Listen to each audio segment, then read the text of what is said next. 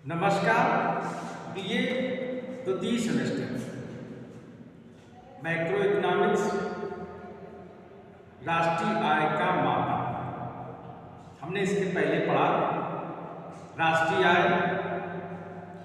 अब हमारा जो चैप्टर है वो है राष्ट्रीय आय का मापन। राष्ट्रीय आय को किस प्रकार से मापते हैं, तो कुछ बहुत ही महत्वपूर्ण ऑब्जेक्टिव प्रश्न जो एग्जाम में आएंगे। पहला प्रश्न है कि राष्ट्रीय आय मापन की विधियां हैं।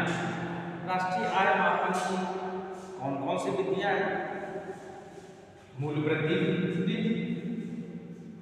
आय गणना विधि, व्यय गणना विधि या सभी? तो इसका सही उत्तर है सभी। चूंकि राष्ट्रीय आय गणना की मूल वृद्धि विधि है, आय गणना विधि है और व्यय गणना विधि है। मूल्य वृद्धि विधि उत्पादक गणना विधि कहलाती है। तो इस प्रकार से पहला प्रश्न है राष्ट्रीय आय के मापन की विधियां हैं, तो मूल वृद्धि विधि भी है, आय गणना विधि है, व्यय गणना विधि है। तो इस प्रकार से इसका सही उत्तर है डी। अगला प्रश्न है कि अर्थव्यवस्था का वर्गीकरण किया गया। अब चूंकि राष्ट्रीय आय किसी भी अर्थव्यवस्था, बड़ी अर्थव्यवस्था है, बड़ा क्षेत्र होता है, तो उसको अपने सुविधा के अनुसार उसका हम वर्गीकरण कर लेते हैं।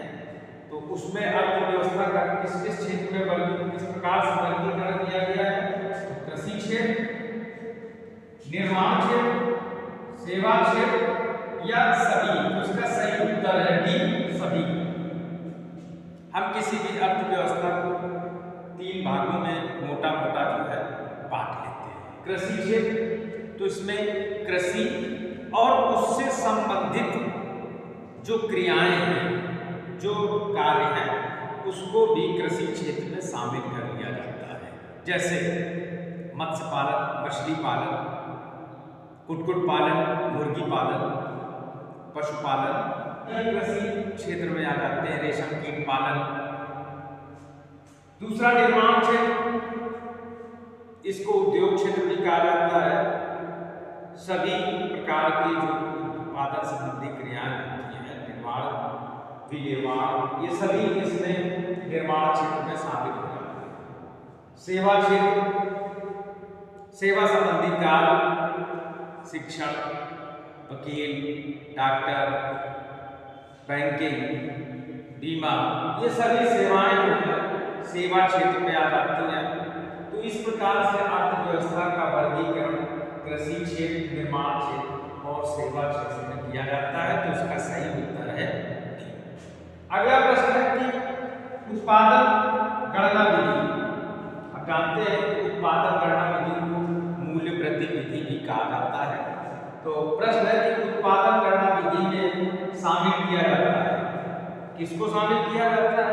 अब उत्पादन गणना विधि की एक बड़ी समस्या यह है कि दोहरी गणना की समस्या उत्पन्न हो जाती है। तो दोहरी गणना की समस्या से बचने के लिए हम क्या करते हैं कि प्रारंभिक उत्पादन का योग, इसको उत्पादन गणना विधि में शामिल नहीं किया जाता है।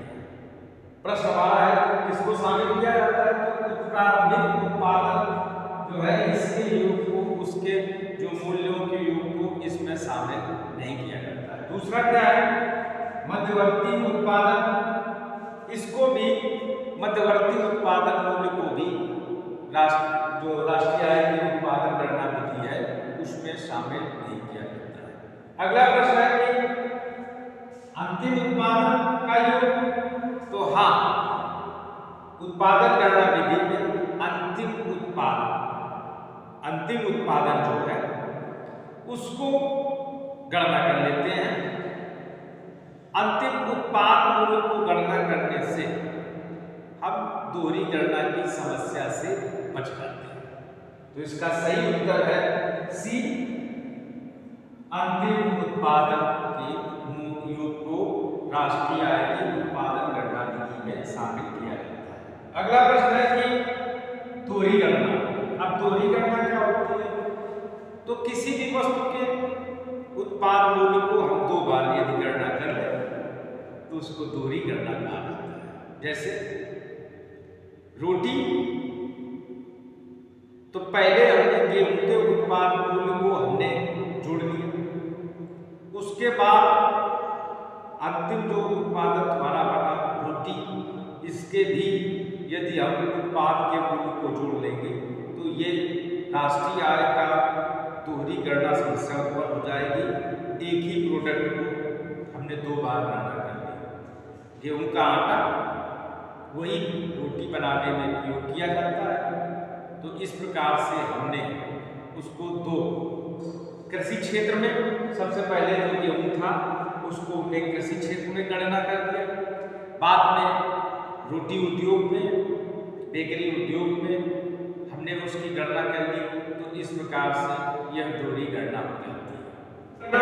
इस समस्या से बचने के लिए हमें क्या करना चाहिए?